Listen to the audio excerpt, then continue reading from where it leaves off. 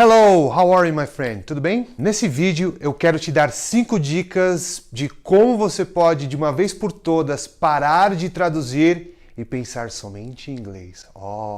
Mas como a gente pode fazer isso?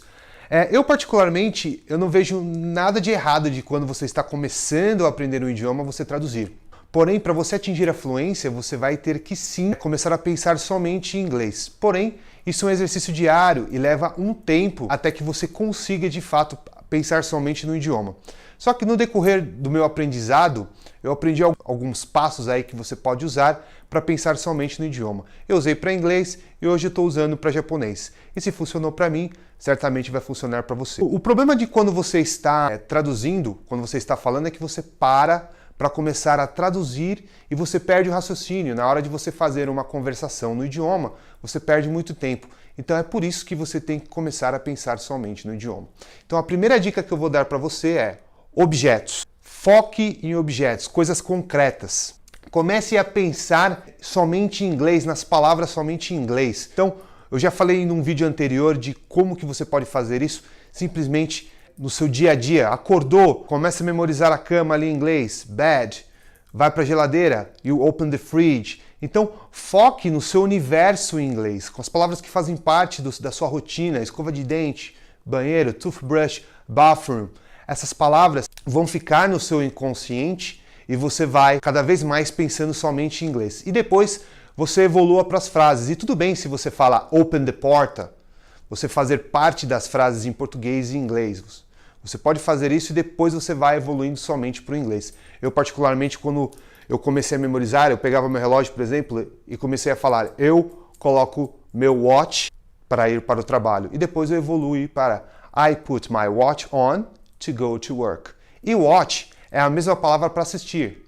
And I watch the TV. E eu assisto a TV. Então você tem uma palavra para dois objetos. E você linka essa palavra com esses dois objetos. Tanto a pronúncia quanto a ortografia é a mesma.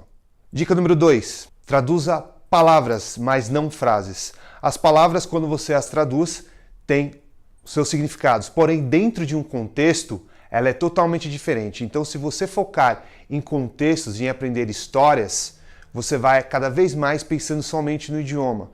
E quando você fizer isso, se você quiser traduzir, traduza as palavras, mas não as frases. Somente quando você parar de se perguntar por que aquela determinada coisa é dita de um jeito em inglês e não igual ao português, é que você vai relaxar e vai adquirir cada vez mais vocabulário. Então pare de ficar se perguntando por que em inglês é daquele jeito, porque desse jeito você não vai sair do lugar. Então foque nas palavras e não no contexto e estude histórias. Dica número 3, repetição. A repetição ela é muito importante. Todas as vezes que você aprender uma nova palavra, escreva 15 vezes. Isso vai ajudar você a memorizar. Antes de você saber português, você não sabia nenhum idioma.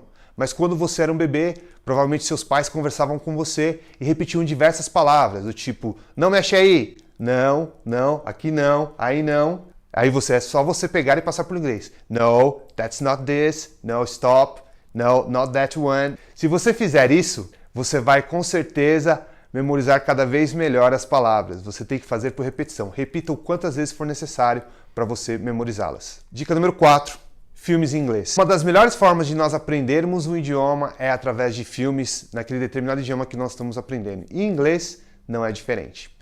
Eu particularmente, quando estou querendo estudar, aprender mais inglês, adquirir novos vocabulários, eu pego uma série aí do Netflix e eu assisto aí com legendas em inglês, tá? Isso ajuda muito. O que você pode fazer se você está iniciando é assistir aí o seu filme ou sua série preferida com legendas em português e depois voltar para assistir somente com legendas em inglês, sempre com o áudio em inglês. Você vai acabar fazendo associação daquela cena com aquele determinado diálogo. E é aí que você vai acabar memorizando novas palavras. Então faça isso, assista filmes em inglês e você vai turbinar aí a sua forma de pensar somente no idioma. Dica 5. Como falado anteriormente, histórias realmente ajudam na hora de aprender o idioma.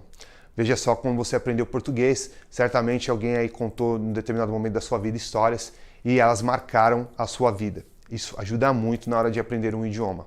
Então o que você pode fazer é mentalizar você contando a sua história para uma outra pessoa em inglês, ou até mesmo se apresentando. Você vai perceber o quão diferente é de você se expressar em português e em inglês falando sobre as mesmas coisas. Por exemplo, se eu fosse me apresentar para você seria I am Saulo, I am 36 years old, I'm an English teacher and every day I have rice and beans for lunch. Note que eu não usei o verbo ter para falar idade, porque em inglês você tem que usar o verbo ser e estar e não ter.